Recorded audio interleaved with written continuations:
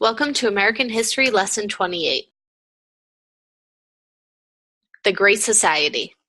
Our lesson objectives are: identify how President Kennedy impacted American foreign policy, identify how President Kennedy brought about social change, identify how President Johnson and the Supreme Court enacted policy. A new president, a new direction. As Eisenhower's second term ended, many Americans were restless. Soviet advances made many Americans feel as if the United States was losing the Cold War. Democratic candidate John F. Kennedy defeated Republican Richard Nixon, the serving vice president, in an extremely close election. Kennedy won in 1960 because he had a well-organized campaign organization. He benefited from the first televised presidential election debates in the nation's history, in which he appeared forceful and confident, while Nixon appeared ill at ease. Finally, Kennedy was helped to victory by the support of thousands of African Americans. Many African Americans voted for him because he had taken steps to support Martin Luther King Jr. and the Civil Rights Movement. Kennedy believed strongly in promoting American ideals in foreign affairs. He urged a tough stand against the Soviet Union, creating a new strategy called flexible response. This allowed the president many options other than nuclear weapons to confront the Soviet Union's growth and power. He increased defense spending and created the Army's Special Forces. Kennedy's policies were challenged in 1961 by Cuba, where Fidel Castro had seized power in 1959 and declared himself a communist. A plan had been devised under Eisenhower to have Cuban exiles land in Cuba and overthrow Castro. Kennedy gave approval, but the surprise Bay of Pigs attack failed horrendously, and the U.S. was politically embarrassed. A year later, spy planes flying over Cuba took photographs showing that the Soviets were building bases to house nuclear missiles that could be fired at the United States. In a tense confrontation, Kennedy insisted that the missiles be removed to prevent outright war. He sent U.S. Navy ships to blockade the island and force Soviet vessels to turn away. Soviet leader Nikita Khrushchev agreed to remove the missiles, which ended the threat of immediate war. Yet another crisis arose in Berlin as the city was still divided following World War II. Half the city, called East Berlin, was controlled by the Soviet Union, while the opposite half, called West Berlin, was the control of Great Britain, France, and the United States. Khrushchev threatened to block travel to the western-controlled portions of the city, but Kennedy refused to yield. Khrushchev responded by building a concrete and barbed wire wall, dividing the city and preventing East Berliners from fleeing to West Berlin. After these crises, Kennedy and Khrushchev reached some agreements to avoid a war neither country could survive. They installed a telephone hotline connecting president and premier so they could talk directly when a crisis arose. They began discussing an end to the testing of nuclear weapons. President Kennedy and the home front. President Kennedy and his wife brought charm and an interest in the arts to the White House.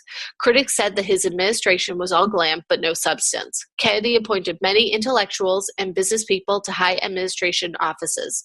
His chief advisor was his brother Robert, who he named Attorney General. Kennedy called his domestic program the New Frontier, but his proposals lacked congressional support.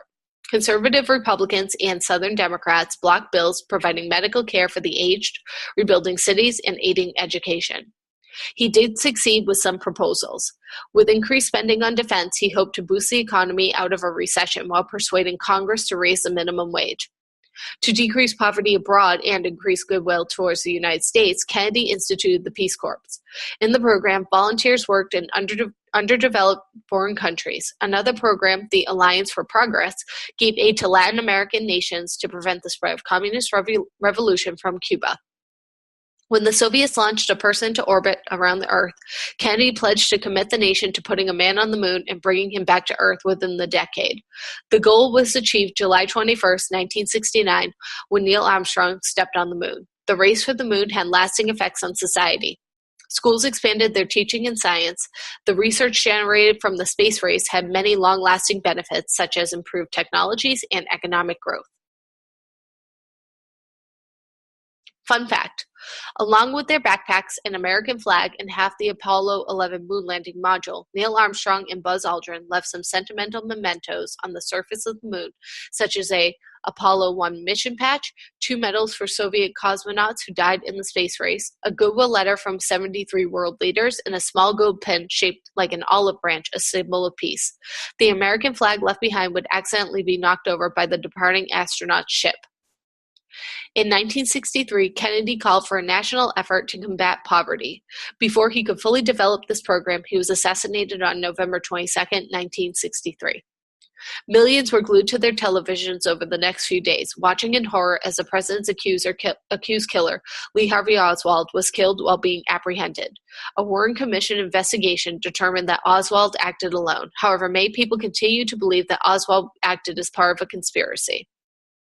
President Johnson continues President Kennedy's fight. The new president, Lyndon Johnson, was a committed New Deal Democrat and skillful legislator. He got Congress to pass 2 bills submitted by Kennedy, one a tax cut meant to stimulate the economy, and a massive measure aimed at securing equal rights for African Americans. Johnson then launched his own campaign by making the war on poverty an actual governmental undertaking, starting with the Economic Opportunity Act of 1964. Johnson easily won election in 1964, defeating Republican Barry Goldwater. Johnson's liberal policies were in favor, and Goldwater's comments that he might use nuclear weapons on Cuba and North Vietnam frightened many people.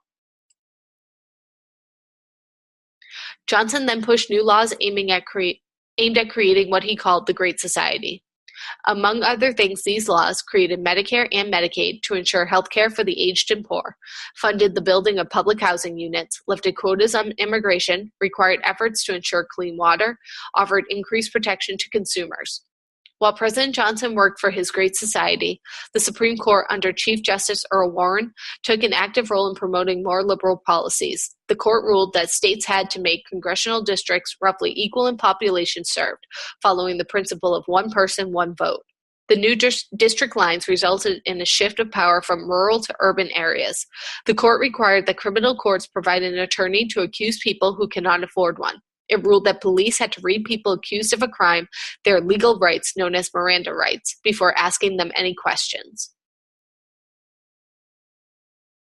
The Great Society and the Warren Court changed American society. People disagree on whether those changes were entirely beneficial. They greatly expanded the reach and power of the federal government to the detriment of state governments. The tax cut of 1964 helped economic growth, but the Great Society programs contributed to a rising deficit in the federal budget because the government spent more than it took in revenues. That problem continues today. What next?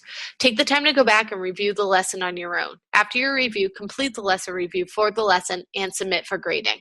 Remember, your submission should follow all the rules for standard written English.